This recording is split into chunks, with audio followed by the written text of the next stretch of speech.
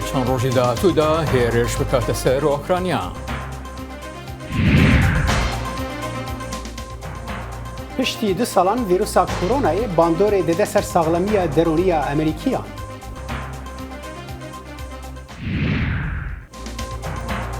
بەهۆی تەنگەژەی ئابووری تورکیاوە دانیشتوانی شاری وان دەڵێن چیتر ناتوانن نان بۆ منداڵەکانیان بکڕن.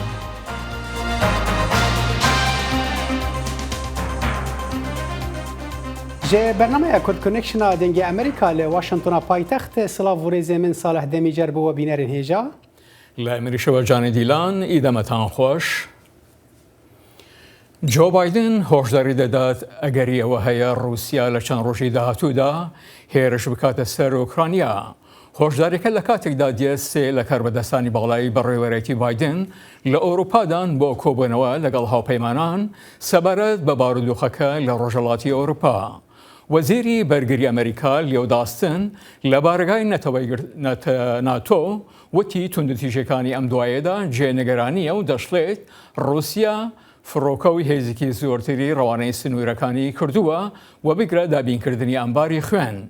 گەورەترین هێرشی سایبەریان ئینتەرنێتی لە ماوەی ئەم هەفتەیەدا بۆ هۆی داخستنی بانک و ماڵپەڕەکانی حکوومەت کە ئاماژەیەکی ترە لە هەر کاتێکدا هێرش دەکرێت و هەر لە پەیوەندیدا گۆمانێکی تێدا نییە شەڕ ماڵوەیرانی دێنێ. بەڵام ئایا ئێمە لە لێواری شەڕێکداین لە ئۆکراین؟ ئایا ئەو نیگەرانیەی ئەمریکا و ئەوروپایەکان لەبەرەی ڕووسیاوە هەیەە کە لەوانەیە هێرش بکاتە سەر ئوکرانیا شیانی هەیە؟ ئایا ڕووسیا هەڵەیەکی گەورەی استراتیژی لەو جۆرە دەکات؟ بۆ تاوتیکردنی ئەم بابەتە ڕۆژەمەوان مختارە نەقشبەندی ڕاستەخۆ لە ڕێگای سکایپەوە لە ئۆسلۆ لەگەڵماندایە. کاک مختار خۆشاتەوە بەڕامەی کورد کۆنەکشن بۆ ئەمریکا هۆپەیمانانی ئەوەندە نیگەرانن و وەکو گوێمان لێ بۆ سەرۆک بایدن هۆشداری دەدات لە ئەگەری هێرشی رووسیا بۆ سەر ئوکرانیا. شیانی هەیە رووسیا هەڵەیەکی گەورەی استراتیژی لەو جۆرە بکات؟ سڵاو ڕێزمای لە خزمەت ئێوە میوان و بینەرانی بەڕێستانە. بەحسەکە لێرە یەک خاڵ منە مەوێ ڕوونی بکەمەوە کە لە مەسایلی نێونەتەوەی یا وەختی چاو لە مەسایلەکانەکەین بەحسی مافی مرۆڤ و دیموکراسی و شتانە نییە. لێرێ من ناتوانین بڵێن ئەمە هەڵەی رووسیا یا هەڵەی ئەمریکا، بەحسی بەرژەوەندیانە. دوای لە ناوچوونی شۆرەوی یا بڵێن سۆڤێت ئەمریکا ویستویەتی هەنگاو بە هەنگاو رووسیا خاتە محاسرەوە. ئەو وڵاتانەوە پێشتر لەژێر بێسڵا ئیمپراتوری شۆرەویە بوون وردەوردە لە خۆی نزیکیان کاتەوە. لێرەدا بەحسەوە نییە کە خەڵکی ئوکراین نەزەریان چییە، بەحسەوەی کە رووسیا ئیحساس بە نائەمنیەکە لەوا ترسێکە ئوکراین ببێ بە بەشێک لە ناتۆ و ناتۆ لەوێ ڕادارهای پیشرەفتە دانێت و ئەمە مەترسیەکە گەورە بۆ سەر رووسیا هەم لە بواری ئابووری و مەسایل ئەمنیەتی و هەم ترسی گەورەکەتریەوەیەکە لەوا ترسێ زمانی شەڕێک ڕووبدات دەستی ئەمریکا بۆ زربەی ئەوەڵی ناوەکی باستەرە بێت. بۆیە رووسیا لێرە مەجبورە ئەگەر ئەوێ دەسەڵاتی لەوە کەستر نەبێ پێش بەوان بگرێت وەگەنە هەنگاو بە هەنگاو رووسیا زیاتر دەسەڵاتی کورتە بێتەوە. من پێم وایە رووسیا ئەگەر ئیسێشی ڕاستەخۆ لەگەڵ ئوکراین شەڕ نەکات ئەو پتانسیێڵە هەیە کە لە ساڵانی داهاتوە شەڕ ڕوو بدات. من یەک خاڵا لێرە ئاماژە پێ بکەم کە چون بەحسەکە لە کۆمەلگای کوردیە وای لاتوە وازانی لێرە مەسەن رووسیەکە دژمن بە ئەمریکاکە دۆست. ئەسڵ بەحسەکە ئەوە نییە، بەحسەرەوەی کە تا سەختاری بێسڵا بڵێن سازمانی بینالملل ڕێکخراونەتەوە یەکگرتووەکان ئاڵوگۆڕی بەسەر نەیەت ناتوانین بڵێن حەق بەکان وڵاتەوە حەق بەکان وڵات نییە. کاکە مختار لە شیانی شەڕێکدا شیانی هەیە ناتۆ یاخود ئەمریکا هێز ڕەوانەی ئوکرانیا بکەن و چۆن دەڕوانە هاوسەنگی هێز لە نیوان رووسیا و هاوپەیمانانی ناوتووی کەسی وڵاتن؟ بڵێ بەحسەکە سەر ئەوەیە وڵاتانی ئوروپایی ئەزانن ئەم شەڕە ڕوودا شەڕێکی ئاسایی نابێ. بۆیە یارمەتیەکە پێم وانە ڕاستۆخۆ بێ. ئەگەر ڕاستۆخۆ تەداخلی و شەڕەکەن خۆب شەڕەکە گۆرا بێت و رووسیاش ناوێستی ئەوان لەمان بن حتمما هێرشەکاتە سەر هێزەکانیان. بۆی شەکە ئاڵمان بەجێەوە مەسان تانگی پێشکەوتوی لێوپاردی دوو نێرێ ئەبینی شکلات و کڵاو و قمقمان نێرێ بۆ هێزەکانی ئوکراینی. بەحس لێرە کە دێن بەڵانسی هێزەکان لە بەرچاوەگرین وەختی بەحس لە هێزەکەین هێزی وڵات وڵاتان تەنها بەحسی چەکوچۆڵ دێتە بەرچاومان هێزی سەربازی لە حاڵێکە هێزی وڵاتان پەیوەندی بە دەیان فاکتۆرەیە هێزی سەربازیش بەشێکە لەوە بەرحاڵ ئەگەر کێشێک نێوان ناتۆ و رووسیا ڕووبدا چون شەڕەکە کورت ماوە ئەبێ کەمتر لە 1 ساڵ حتا جەنگی جەهانیش بێت و حتا دەستی بۆ چەکی نامتعارفی ناوەکەی نەبن بۆیە زیاتر بەحسی هێزی سەربازیەکە لێرە بدێتە بەرچاو ناتۆ بەگشتی بەهێزترن وڵاتانی عزوی ناتۆ لە رووسیا و هاوپەیمانەکانی بەڵام ئالێرە بەحسێک سەر ئەوەیە هەموو رووسیا هەموو ناتۆیش وەک یەک نەبینین ئوروپایەکان زیاتر بەرژەوەندیان لە خەتەرە چۆن بەحسی وابەستەگیان بە ئێنەرژی نەوتی خاوەرمیانە و گازی رووسیا شەڕ ڕوودات ئوروپایەکان حتا ڕاستەوخۆش نەبێت بەحسی پەنابەر و بەحسی ئێنەرژی زەربەیەکی زیاتر یان لێدات و زیاتر خەساریان بەرەکەوێت وڵاتە زیلهێزەکان بە هەر بەهانەیە کە دەستیان خصوصە ناو کاروباری وڵاتانی تردا بە زۆری وێرانی بەدوادەهێناوە ئایا چارەنووسی ئۆکرانیا گەر بێت و شەڕ دروست ببێن لە ئەفغانستان و عێراق و سووریا باشتر دەبێن؟ نەبەداخەوە ینی من ئەلۆ بڕوام کە ڕێبەرانی ئوکرانیاش خەریکن ڕێیەکی هەڵەیان گردووەتە پێش ئەوان ئەتوانن لێرە بەهانە بە رووسیا نەدەن ئەتوانن داوا لە شۆرای ئەمنیەتکەن لەوێ بڵێن بێسڵا لە قەراردادێکی نێونەتەوەی یاکە ناتۆ نێتاوێ رووسیاش هێرش نەکا هەمویان متحد بۆ بن و حتا بۆ چارەسەری ئەو کێشەی جنوبی شەرقی بڵێن ڕۆژ هەڵاتی بێسڵا ئوکراین کە ڕوس زبان و ئیسێشی منتەقەیەکی خودمختارن لەوێ شەتوانێ بێسڵا لە خەڵکەکە بپرسن ڕاپرسیەکری ڕەفراندۆمێ بکرێ بۆ شێوە ئەتوانن بەهانە بە رووسیا نەدەن وەگە ناگە شەڕێ بکرێت دروستە ئوکراین هێزێک لە بواری سەربازیە بەهێزە نیروزەمینی ئوکراین لە نیروزەمینی فەڕەنسایش بەهێزتر بەڵام لە بواری هەوایی زۆر زەعیفە کەمیەت و کەیفێتی چەکی رووسیا زۆر زیاترە و ناتوانن بەرگە بگرن ماڵوێرانە بن کاگە مختار ئەگەر هاتو ئوکراین بووە بەشێک لە ناتۆ ئایا ئەمە موشکەکانی ساڵی 62 کوبا بەیادیانیتەوە و ئەو ترسە دروست بووە؟ دقیقاً کاکجانیەوە خاڵێکی زۆر گرینگە ئەگەر بێت و ئەو کارە بکرێت و رووسیا ڕاستەخۆ لە ئوکراین نەدامەسان لە ڕۆژهەڵاتی ئوکراین یارمەتی ئەوانە کاجیاب بنەوە کێشەکان بێت خب ئوکراین ببێ بە بەشەی لە ناتۆ حتا چەکی ناوکیش نێتە ناو ئوکراین ڕادارە پێشکەوتوەکانی ئەوان دێن فۆری رووسیاش حتمما بلاڕوس تەچیز چەکی ناوکیەکە ئەوەیە کە سەر کۆماری بلاڕوسیش ئەو بەحسەی کردووە کە چەند هاوپەیمانی رووسیە کە چەکە ناوەکیانکان بێنە ئەوێ کێشەکان زیاتریش ئەبێت نمونەیەکی بینینەوە هەل لەم چەند ڕۆژە چەند جار هاوپەیمایی شکاری ڕاهگیری رووسیا بێسڵا هاوپەیمەکانی ئەمریکایان ڕاهگیری کردووە کێشەکە لێرە ترسی ڕۆژئاوای زیاتر بەحسی ئیسلاحی غیرمتعارفی ناوەکیە ڕۆژەمەوان مختار نەقشبەندی زۆر سپاس کە لەگەڵماندا بوون سپاس بۆ ئێوە داوەت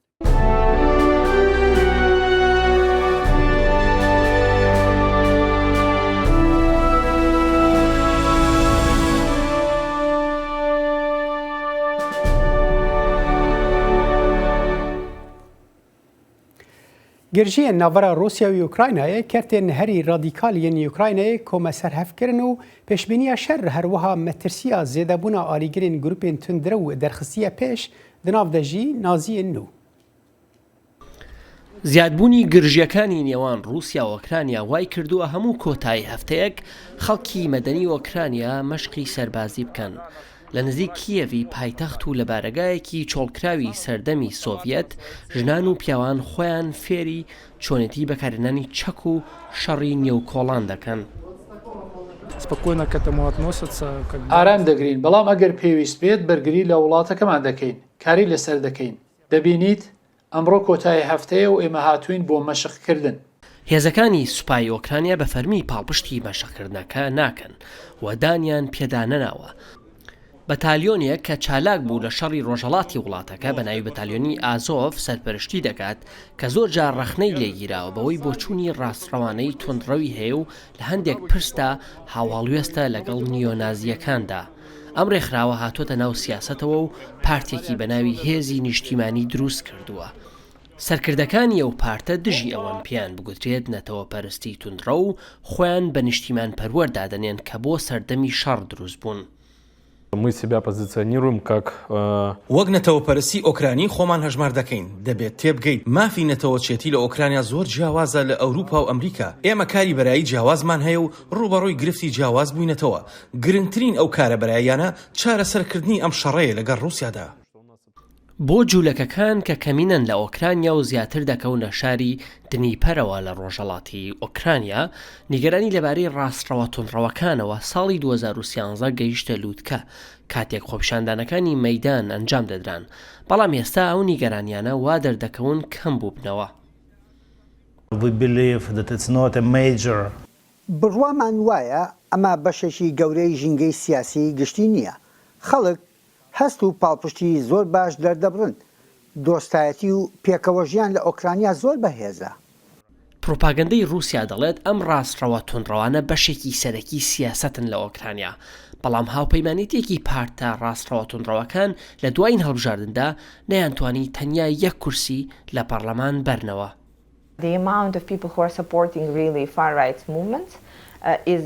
ژمارەی ئەو خەڵکەی پاڵپشتی بزوتنەوەی ڕاستڕەوی تونڕۆ دەکەن زۆر بچووکە. هیچ پارتێکی ڕاستڕەوی تونڕۆ لە پەرلەمانی ئوکرانیادا نییە. دوایین ڕاپرسیەکان نیشان دەدەن کە خەڵکێکی زۆر پاڵپشتیان ناکەن، بۆیە ئەوەی دەیبینین تەنیا کۆمەڵگە دروستی کردووە و گروپێکی بچووکی ڕاستڕەوی تونڕەومان هەیە و پێم وایە ئەمەش لە هەر وڵاتێکی دموکراسیدا ڕوودەدات. ئەگەری ڕوودانی شەڕێکی گەورە لە نێوان ئۆکرانیا و رووسیا هێشتا لە ئارادایە و هەندێک ترسیانەیە کە ئەمە دەکرێت ببێتە هۆی بەهێزبوونی نەتەوە پەرستە تونڕەوەکان لە ئۆکرانیا. بۆ ڕیکاردۆ مارکوینە، نامۆ عەبدوڵڵا، دەنگی ئەمریکا. دوای 2 ساڵ لە بەتای کۆڤید-19 وا دیارە ئەمریکایەکان لە ڕووی ڕەوانیەوە باجێکی دەدەن بە فەرەبوونی ژمارەی ئەو کەسانەی کە بەدەست کۆمەڵی کێشەوە دەناڵێنن لە دڵەڕاوکیەوە بگرە تا خەمۆکێ. نزیکەی 2 ساڵە پەتای کۆرۆنا درێژەی هەیە و نەک تەنیا زیانی گیانی و جەستەیی بەڵکو و کاریگەری دەرونیشی خستووەتە سەر خەڵک. پێش پەتاکە لە هەردە کەسێک کە بۆ نیشانەکانی دڵەڕاوکی و خەمۆکی هەبێت، بەڵام ئێستا نوێترین توێژینەوەی ئێمە ئەوە دەردەخات کە لە هەردە کەسێک بەلایەن کەمەوە 30 کەس ئەو نیشانانەی هەیە. پێداچێت ئەوانەی کار دەکەن و بەرپرسیارەتی زۆریان لە کاتی پەتاکەدا لە ئەستۆدایە زۆرترین زیانیشیان بەرکەوێت. ئێمە زۆر جار بەوانە دەڵێن نەوەیە کە لە نێوان باوکو و دایک و منداڵەکانیاندا گیریان خواردووە. بەسەرێکەوە دەبێت ئاگایان لە باوکو و دایک و منداڵەکانیان بێت کە بە تایبەتی بەهۆی کۆرۆناوە لە کۆمەڵگەدا بڕاون و لەوانەیە لە ماڵیشەوە ناچار بن وانە بە منداڵەکانیان بڵێنەوە و هەروەها دەبێت هەوڵ بدەن ژیانی کۆمەڵایەتیشیان ڕێک بخەن. بەڵام بەڕاستی دەرووناسان دەڵێن پەتاکە کاریگەری هەبووە لەسەر هەموو کەسێک. زۆرینەیەکی زۆر لە ئەمریکایەکان یان خزمێکی نزیکیان بۆ هۆیەوە لەدەستداوە یان بە شێوەیەکی قورس تووشی نەخۆشیەکە بوونەتەوە. زۆر کەس کارەکانیان لەدەستداوە، منداڵەکان دەرفەتیان بۆ نەماوەتەوە لەگەڵ هاوتەمەنەکانیان بن و زۆر جاریش ئاهەنگەکانی قوتابخانەیان لەدەست دەچێت. ڕێژەی تەلاقەکان بەرز بووەتەوە. شارەزایان دەڵێن هۆکاری سەرەکی هەموو کێشە دەرونیەکان دەگەڕێتەوە بۆ ئەو نادڵنیایەی کە هەیە. کاتی کێشەتی دروستیەکانی 11 سپتەمبەر ڕوویدا یان گەردەلوولێک و زریانێک ڕوویدا بێت، ماوەیەکیان هەبووە کەکەی دەستیان پێکردووە و کەی کۆتاییان هاتووە. خەڵقیش لەو کاتانە ئەوەیان کردووە کە پاشماوەی خۆیان کۆ کردوتەوە هەوڵیان داوە ژیانی خۆیان دروست بکەنەوە و هەستنەوە سەر پێ.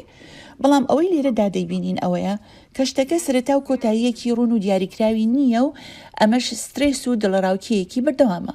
شارەزایان دەڵێن ڕێگا ستانداردەکان بۆ بەرەنگاربوونەوەی دڵەڕاوکیەکان بەڕاستی لەم حاڵەتەدا ناتوانن چارەسەر بن. ئەو ئامۆژگاریانەی بۆ بەرەنگاربوونەوەی سترێس زۆربەی کات بە خەڵکی دەدرێ ئەوە یەسەردانی هاوڕەکانی و دایک و باوکی بکات و سەفەر و گەشت و گەڕانی شوێنە نوێکان بکە کە ئەمەش لە کاتی ئەم پەتایەدا ڕێگایەکی گونجاو نییە.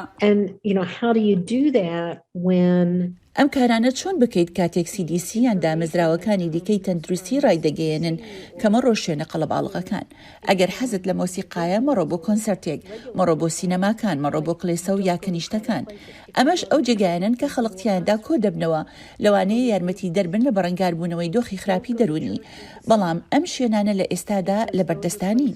خودی دەروونناسەکانیش وەک خەڵکی ئاسایی کێشەیان هەیە. پرۆفسۆر لیزا براونی پسپۆڕی ترۆما لە زانکۆی پاڵۆ ئالتۆ دەڵێ هەڵدەدات تا ئەو شوێنەی کە دەکرێت پەیوەندی بە هاوڕێ و خۆشەویستیەکان یۆ بکە. ئێستا کاتێکە کە دەبێت پەیوەندیمان لەگەڵ ئەوانی تردا هەبێت. دەزانی من لە کۆلێژەوە هاوڕەیەکی زۆرم هەیە کە ماوەیەکی زۆر قسەم لەگەڵ نەکردبوون. ئەوان تەلەفۆنیان بۆ کردم و ئەمە بەڕاستی وای لە من کرد هەست بە خۆشی بکەم. خەریک بوو لە خۆشی ئەو پەیوەندیەدا بمرم. وەرن با پەیوەندی بە یەکترەوە بکەین و لە پەیوەندیدا بمێنینەوە و نامەیەک بۆ یەکتر بنێرین. بەڵام شارەزایان دەڵێن ئەو کاریگەریە دەرونیانەی کە کۆڤید-19 خستوێتە سەر خەڵک تەنانەت لە دوای پەتاکەش کۆتایی نایەت و ساڵێک دەگرێت تاکو خەڵک بتوانن ئاسایی ببنەوە. بزاوین دامەزراندنا حکوومەتە نویا عێراقی و ناکۆکیên di navbera aliyên siyasî de bûne cihê reaksiyonên ciyawaz ji aliyê mamoseyên zanîngehan û çavdêrên siyasî ve ku wan jî nerînên cuda li dor rewşa Iraqê hene. Hin bawer dikin ku guhertina sîstema siyasî ya Iraqê nepêkane ye û hin jî dibêjin biryara vê dawiyê ya dadgeha bilind dê hilbijartina serokê nû yê Iraqê bi bêhtir paş bixe. Agahîn bêhtir di vê raportê de. چاودێرانی سیاسی و مامۆسایانی زانکۆ دەڵێن گۆڕانکاریەکان لە سیستەمی سیاسی لە عێراق پێ ناچێت بە ئاسانی تێپەڕێت وەک ئەوەی کە ئێستا ویستی حکوومەتی زۆرینە هەیە و دەیەوێت عورفە سیاسیەکان تێبپەڕێنێت بە تایبەتتر بەشێک لە هێزە سیاسیەکان پێیان وایە ئۆپۆزیسیۆن بوون لە عێراق ئەستەمە و دابەشبوونی هێزە شیعی و کوردیەکان و بوونی هێزی چەکدار هەنگاوەکانی ئاڵۆز کردووە. بەدڵنیایی و هەر گۆڕانکاریەک لە سیستەمی سیاسی و لە پێکاتی سیاسی و لە ناو حیزبە سیاسیەکانە لە عێراقدا بە ئاسانی تێناپەڕێت لەبەرەوەی کە هەموو حیزبەکان ئەیانەوێت لە شێکی دەسەڵاتە بەشدار بن و زۆرێک لە حیزبەکان پێیان وایە ئەگەر لە دەرەوەی دەسەڵات بمێننەوە بوونی سیاسیان دەکەوێتە بەرمەترسیەوە بەشێکی تریشیان لەوەی ئەوەی کە هێزی چەکداریان هەیە میلیشیایان هەیە یان لانی کەم لە ڕووی ئابووریەوە سوودمەندن لە داهاتەکانی ناوخۆی وڵات بۆیە بە هەر ڕێوشۆنێک بێ نایانەوێت بن بە ئۆپۆزیسیۆن چکە پێیان وایە ئۆپۆزیسیۆن بوونی ڕاستەقینە زەحمەتە لە عێراقدا. چاودێرێکی سیاسی دەڵێ عێراق لە دوای ساڵی 2023ەوە شێوەیەکی تەوافقی وەرگرتووە ئەوەی پەیوەندی بە کوردەوە هەیە جێگەی نیگەرانیە دوو خولە ناتوانێت بە یەک کاندیدەوە بڕواتە عێراق ئەمەش لە کاتێکدایە چەندین جار بەڵێنی یەکریزی لەلایەن هێزە کوردیەکانەوە بە دەنگدەرەکانیان دراوە. بەداخەوە کورد ئەمە بۆ دوو خولە ئەچێت لە ناو خۆیە ڕێک نییە کۆک نییە تەباک نییە لەوەی کە پۆستی سەرۆکۆمال لە نێو ماڵی خۆیدا یەکلا کاتەوە ئەمە وای کردووە کەوا لە ڕووی سیاسی و کورد ئێستا هەموو پێکاتەکانی تری عێراقیشی بەخۆی سەرقاڵ کردووە و پێگەی سیاسی کوردیش لە بەغدا تا حدێک ئەگەر فریان نەکەون لەوانەیە لە ئایندەدا زەرێکی زۆر بدات لە قەزیەی کوردی. مامۆستایەکی دیکەی زانکۆ پێی وایە چاوەڕوانی دروستبوونی هێزی ئۆپۆزیسیۆن ناکرێت لە عێراق داهاتووی حکوومەتیش هەر بنکە فراوان دەبێت کاتی زیاتریش یەوێت تا دروست دەبێت. بڕیارەکانی دادگای فیدراڵیش تا ئێستا نەچوونەتە ناو فشاری دەرکردنی بڕیاری سیاسیەوە و دەستوری بوون. بەڕای من ئێستا بارودۆخی سیاسی عێراقەوە ناخوازێت کە ئۆپۆزیسیۆن دروست بێت هێزی بەرهەڵسکار دروست بێت. پێم وابێ هەر حکوومەتی دیسانەوە حکوومەتێکی بنکە فراوان دروستە بێ لەسەر جەمهێزەکان بەڵام ئەوەی کە کەی دروستە بێ و چۆن دروستە بێەوە پێیوەستە بە و بەڕێکەوتنی هێزە سیاسیەکانت بەڵام تا ئێستا پێم وانێ زۆر چوو بێتە ژێرباری ئەوەی کە بڕیاری سیاسی بدا بە تایبەتی ئەگەر دژی گەورەترین پێکهاتەی عێراق نەبوو بێ بۆی ئەگەر دژی پێکهاتەیەک بوو بێت ئەزان کە زۆر مەترسی نییە بەڵێ بڕیارەکانی بە شێوەیەکی گشتی تاوەکو ئێستا دەستوری بوون. ئێستا هەر پێگەێنانی کابینەی نوێی حکوومەت نییە مشتومڕی گەورەی لە نێوان لایەنە سیاسیەکان دروست کردووە لەگەڵدا بەشبوونی هێزە سیاسیەکان لە عێراق و هەرێم بەسەر دوو بەرەدا بڕیارەکانی دادگای فیدراڵی پەیوەست بە داهاتەنەوتیەکانی هەرێمی کوردستانەوە پرسێکی دیکەی هێناوەتە نێوان هەرێم و بەغداوە ئەوەش جگە لە وەڵام و وەڵامدانەوە هەیە لە نێوان هەرێم و بەغدادا دیدگایەکی ڕوونیش بۆ کابینەی نوێی حکوومەت دیار نییە. فەرحان هەورامانی دەنگی ئەمریکا هەڵەبجە. نوێترین هەواڵ و زانیاری خێرایی و متمانە لە فەیسبووکی دەنگی ئەمریکا. یەکە تایبەتەکانی هێزەکانی سووریای دیموکرات کەسەدا بە پشتیوانی ئەنجومەنە سەربازیە خۆجێیەکان چەندین کردداری ئاسایشی و سەربازیان دەشت بە خانە توریستەکانی سەربەداعش لە ناوچەی دیرزۆر ئەنجامدا و لە ئەنجامدا هەزەدا تیرۆریستێکی مەترسیداری کوشت و تیرۆریستێکی دیکەی دەستگیر کرد. عێریشە داویە داعشی لەسەر زندانە ئەسیناع لە حەسێکی نەتەنێ تەکانە پیلانە ڕێخستنا تەرۆریست بوو دوێ دەمێ عێریش لە گۆری فەرماندارên هێزن سووریا دیموکراتیک هەسەدە هەفدەم بوو بە عێریشێکە دن لەسەر زندانێکە ڕەقا ji bilî 6 عێریش هندن لەسەر هەژمارێکە ناوەندن li hundirê bajêr de. Zêdetirî 10 rojan li gorî daxuyaniyên berpirsên Hesedê operasyonên gera li Daişiyên Reviyayê û kesên gowan vedişêre berdewam e. Ev operasyonên gerê bi taybet berdewamî li kampên bêser û ber li derdora Reqayê armanc dikin. Ew kamp ji ber nebûna çavdêriyê li ser wan ve guhezî ye cihekî ewle ji bo terorîstan. هێزن سووریا دیموکراتیک کارین یەک ji ئەمیری rêxistina terorîst bigirin. Mihemed Ehmed Keres mûkir hat got wî ji aliyên biyanî pereyan distînin û vedguhêze malbatên endamên Daişê li Kampa Holê û endam û lîderên rêxistinê yên got wî nas nedikirin li gorî wî. أتعامل مع إبراهيم ناوی من محەممەد ئەحمەد کەرزە ئەس لە ساڵە 1970 ji dayîk bûme ji bajarê Babê me ez bi İbrahim re mijûl dibûm wî pelavek ên peran piraniya wan ji Tirkiye û Idlibê de hatin didan min İbrahim nav didan min da ku van pereyan ji wan re bişînim li Kampa Holê ku bigehînim rêxistiya Daişê min pere werdigirt û li bendê bûm ku İbrahim navan bide min ku li gorî pereyên şandî min jî ji wan re dişand ji hin kesên taybet re li Kampa Holê ez ne bi tenê me ez pereyan vediguhêzim te qez gelekin yên ku bi vî karî radibin rêxistina Daişê vê yekê ji me vedşêre min dişand û her wiha hinekên dî jî pere dişandin. Pêngavên ewlekariyê ya lêgerîna Daişiyan ne tenê li Reqayê û gundewarê wê ne. Fermandarên Hêzên Sûriya Dîmokratîk tekez kirin got hemleya wê li Hesekê û Dêra Zorê di nav xwe de dihewîne û di encam de gelek endamên rêxistina Daişê li gelek deveran hatin girtin û gelek ji wan jî hatin kuştin. Di encam de planên terorîstan li gorî Hesedê pûç kirine. Zana Umer dengê Amerîka navçeya Reqayê. Li Tirkiye bandora qeyrana aborî kûrtir dibe û buhayê her tiştî bilind dibe. Rûniştvanên bajarê Wanê jî dibêjin ew êdî nikarin nên ji zarokên xwe re peyda bikin. Pemnêrê me li wir agahîn bêhtir hene. Dawiya 2021 da li Raya Tirkiye li hember pereyê biyanî nirxê wê daketa asta herî kêm. Niha $1 li derdorê 13 û €1 jî li derdorê 15 TL'yên Tirkan e. Bi vê yekê her tişt biha bûye û krîza aborî kûrtir dibe. Li Wanê rûnişvan herî zêde ji bihabûna erzaq, ceyran û mazotê bigazincin. Tiştê polma kerî 10 milyonu ew saleke em 3 milyonu no kerî. 3 milyonu no kerî. Her tiştê bihaviye. Ez îşê penîr dikem ha Xwedaya sifta heynakem êvarê isharê vedkem êvarê çim kiriya xwe dem ne عيشه ne amele ne kilo penîrate 8 milyona ez demete tu dê beya mal xeber abêjî. Tu dê bê têşa malekê ya rezaletê zêdenîne. Wekî mînak beriya salekê rûnê 18 lître 130 TL bû û niha bihayê wê bûye 409 TL û kîloa nîskî jî ji 4 TL'an rabûye 18 TL'an. Dikandarê bi navê Ahmet Acar dibêje ku êdî ji ber bihabûnê çi aramî di mala wan da nemaye. والله خالك ويش خب بخميش بوي خالك يدي حزور صدق هفتا مالا مو نشيت مالا خو خدان كان مو بسخيا وبوشيا اد ايوار دونانا نبا مالا خو عيالي من اخوتن ما جيانا ما بوشنا لگل قریزا آبوری بهای جیران جی 3 قد زیده بویه. لگور سازیا استاتستیکا یکیتیا اوروپای نه جیران هری بها لترکیه تی بکارانین.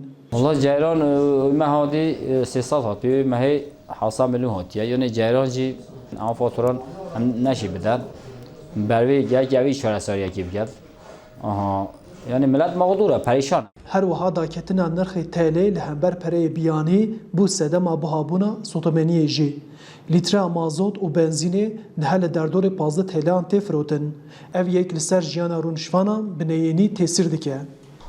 بو ما پرسکری که زیادی گرانانی چونکی هکه امبیشن فیاتا وین هکیم تر با دیگه مشتری ها زیاده تر با مثلا من زیاده پاره خازانش کردم هندی گرام بیا برای چندی نتیجه سال بتن نتیجه عرب خدای خدای تشوده. سرکومار ترکیه رجب طایب اردوغان پاراست بو کو کریزا آبوری تنه لولات وان پیک نهاتیه و نه آبوری ولات وان هر تم بر باشی و دچه. لی رونشوان دبیجن کو حیا دسلاتا نه نوره گوهارتن چپس گریک چاره سر نابن. سرچیم چه بو با ودا چیت اماج وی بلای خلاص بن. اما چت بیدن یا سه جارا سه دورات جمهور باشخانه چه بیدن اش خدا و حالی ما بیدن. یعنی پارتی زحمت. ام بجن یکی دی باشه پارتی که باشه مثلا به تسریع بلکه آوا بده سحنه. هجای گوتنه کو باجاروک بازدا آگیریه لهمبر بهابونا جیران خو پیشاندان پیکانین و هجمارک باجارن دن اف چالاکی بلاو بو. هر وها هزاران خباتکارن کمپانیین نافدار لباجارن روجاوای ترکیه جبو زیدکیرنا موچین خواه دناوا گریو و چالاکیان دانه. عارف اصلان دنگ امریکا وان.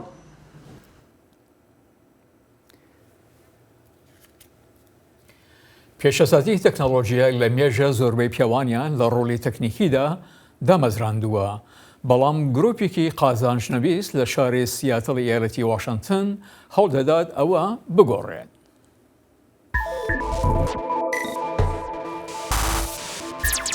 دما کو ربکا مونز گنج بو و دخواست ببه اندازیار لی و خودبوار تکنولوژی ده ندیدید.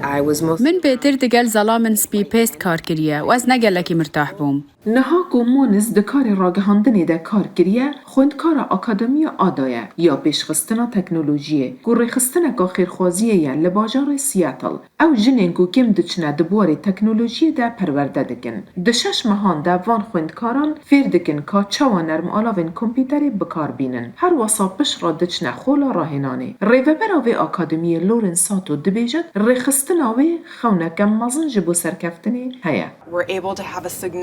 Karın bandorek gring ser hejmara jin uzayendin cihawaz yenku her salda Kevin peşesaziye bakın. لسرانسری جیهان برنامه انفرکرنه به شوه یا کمپین راهنانه دست بکرنه. جبو او کسین حز دکن خفیری پیشاسازی و تکنولوژی بکن و دوی بواری ده کار بکن. لیل هندک وان ریخستنان انجامین تولیهف در کتن هولی. هندک کمپانیان سوزدان گو در فتن کاری هنه و دراوکی زیده هر کسی ورگرتن. لیل اکادمیا آدا خوندن به برانبره و جه جافدریا زاروکانجی هیا. لیل ریجه ورگرتنی کیمه و ده ازموناوی دجی آستانگی هنه. راستی از گلکی دگریم جارنا شاشتی تی پیشیا تو تو نزانی چه بکه پولنوی تمام وقتن و گلک جوان کسان مالباتن به آریشنه علی ایبارا بری ماموستایا لیکولین جواکی بو. My biggest fear is failure. Tırsamına her mezin tek çune ez baverdikim ev xeteriye ki mezine ku ez her dem begerina bo karekidin ve digrim. ji sala 2013 ku akademiya ada hatiye damezrandin pitiri 300 kesan bi rwaname wergirdine û notûçar ji sadî bûne xwedankar. Rêxistina ada dibêje ji bo gelek xwendkaran ne tenê ketina ser karekê ye, lê pêşketina teknolojiyê ye, dema ew dest bi vî kursî dikin. از پشراز دکم کو نتنه از جناراش پیستم لسر میزه. اف جوره کمپه کو لآستینه توی برفر هدبن هر درچوه که جوی کرسی وک سرمایه گرینگ جبو گوهرینک باش دبینن. بینر هجا کرد کنکشن ایرو لور به داویته تا جارک دن سلاوین روین دوسکی و فرهاد فلاحی لکنترولی و لور الاستودیو ین جانی دیلان و من صالح دمی جرج بوه هر شاد و بختبر بن. بمینه خوش.